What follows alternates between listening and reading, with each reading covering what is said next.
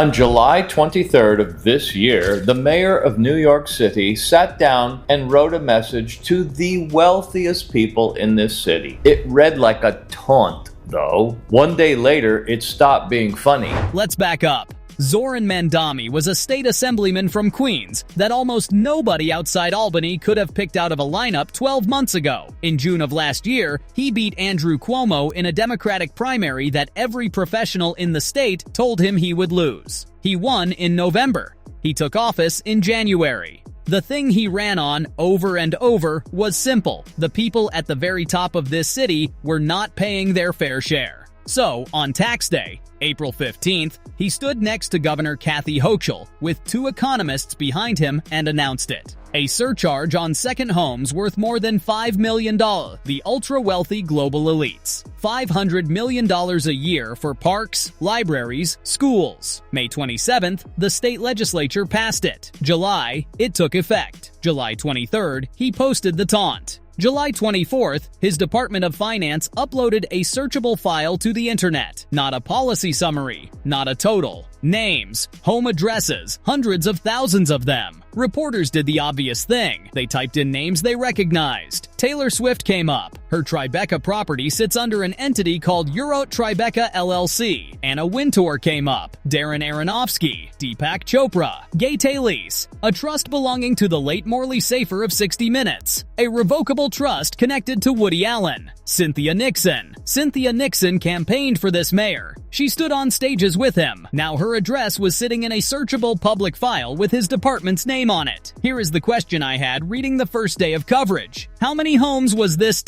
act supposed to touch in the first place? Because they had a number in April, about 13,000. 13,000 luxury second homes in a city of 8.5 million people. That was the entire pitch. The file that went up on July 24th contained more than 900,000 properties. The New York Post counted over 960,000 residences and individuals listed by name and address. 1,000 was the promise. 60,000 was the file. When reporters asked how that happened, the Department of Finance did not explain the gap. A spokesman said, as per state law, a property roll was released for public inspection, and from that list, the department will identify properties that may be subject to the new surcharge. Read that again. From this list, they will identify, meaning, at the moment they published nearly 1 million names, they had not finished deciding who actually owed anything. A property roll is a technical document. A searchable file with owners' names and street addresses attached is something a stranger can use on a Tuesday afternoon from a phone. Those are not the same thing, and nobody has explained why the second one was necessary to accomplish the first. The famous names got the headlines, but that's not the number I promised you at the top. The gap I want you to look at is quieter, and it didn't surface until the cameras had already moved on. Because while every lens was pointed at Tribeca, the same file was doing something much quieter in the Bronx. Chaffee Avenue in Throgs Neck is not where you go looking for global elites. It is a working-class stretch of the Bronx. Small houses, driveways, people who bought in and stayed. The Post found roughly 24 homes on that one street sitting in the mayor's file. Over in Staten Island, Challenger Drive, another middle-class block, dozens of addresses, and it was not clear that any of them were second homes at all. Think about what that means for a homeowner on Chaffee Avenue.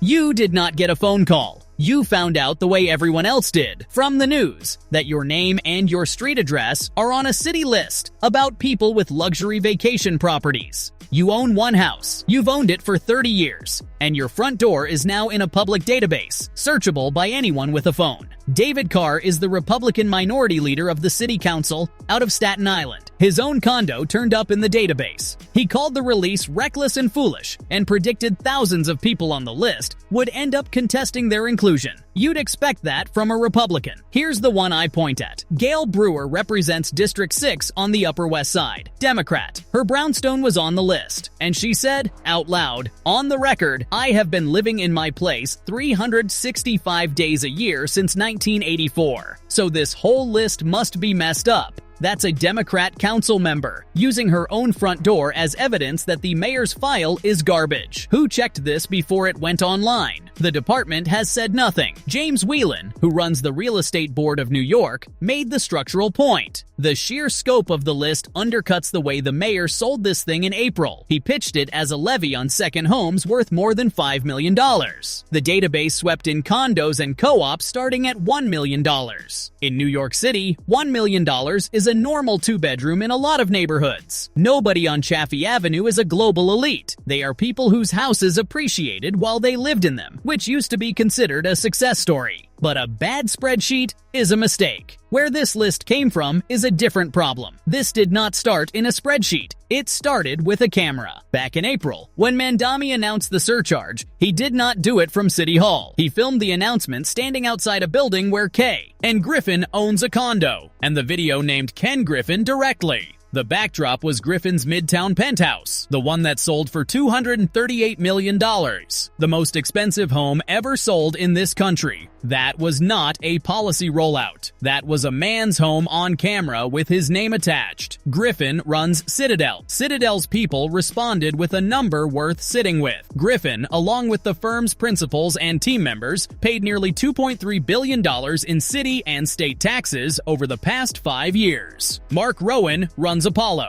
Apollo paid roughly $1.28 billion in total income taxes in 2025 alone. Griffin first threatened to scrap a $6 billion development on Park Avenue. Then he went on CNBC and said he is adding jobs in Miami. He used a specific phrase for the reason: direct consequence. Mamdani, the Partnership for New York City, ran the arithmetic. 2,700 financial jobs leaving the city. $168 million in state and city tax revenue. Gone every single year. So what happens to the parks and the libraries once the people funding them start filing addresses in Florida? The sharpest objection to any of this did not come from a Republican. It did not come from a hedge fund. It came from a man who wants the tax to pass. His name is Scott Galloway. He teaches at NYU. He is a liberal, a fixture in left-leaning media. He has gone on record saying he agrees with taxing wealthy property owners in this city. His own name was in the file. On his podcast Pivot, he told his co-host what had happened to him in 4 words: "I've been doxxed." Then he read the definition out loud: publishing private identifying information to expose someone to public pressure or harm without their consent. And then he said the line: he has taken a legitimate source of tax revenue and turned it into a wanted poster. A wanted poster from a supporter of his. His co-host, Kara Swisher, did not defend it either. He said she couldn't say she loved it, that it felt a bit like doxing. Her feeling was simply tax them and get on with it. When the people who agree with your goals start describing your method as a hit list, the method is a problem. Galloway was not arguing about tax policy. He was arguing about safety in a city where he did not have to spell out why that word carries the weight it does right now. Now put the whole sequence in order. April, he announces the tax standing outside a named man's home. July 23rd, he posts a message telling second homeowners to check their mailbox. July 24th, his department publishes nearly 1 million names and street addresses. The celebrities who backed him end up in it. The families on Chaffee Avenue end up in it. A Democrat council member's brownstone ends up in it. And the loudest objection comes from a liberal professor who wanted the policy to succeed. Every one of those was a choice. Does that look like a clerical error to you? And it's still running. If your property was listed and you believe it doesn't qualify, the burden is on you. You have until September 18th to file for an exemption and prove your own house is your own house. The city published a list in a day. You get until September to fix their mistake. Now, here is the number I promised you at the very beginning. The one the city released quietly after the headlines had moved on. The one nobody has explained. The Department of Finance confirmed how many homeowners actually received a surcharge letter. Approximately 17,000 out of more than 960,000 names published online. Run that division slowly. For every one homeowner who may genuinely owe this tax, roughly 56 other people had their name and their front door published by their own city government for nothing. Not because they owed anything, because nobody sorted the file before it went up. 1,000 was the promise. 960,000 was the file. 17,000 got a letter. A tax sold at $5 million that reached down to $1 million,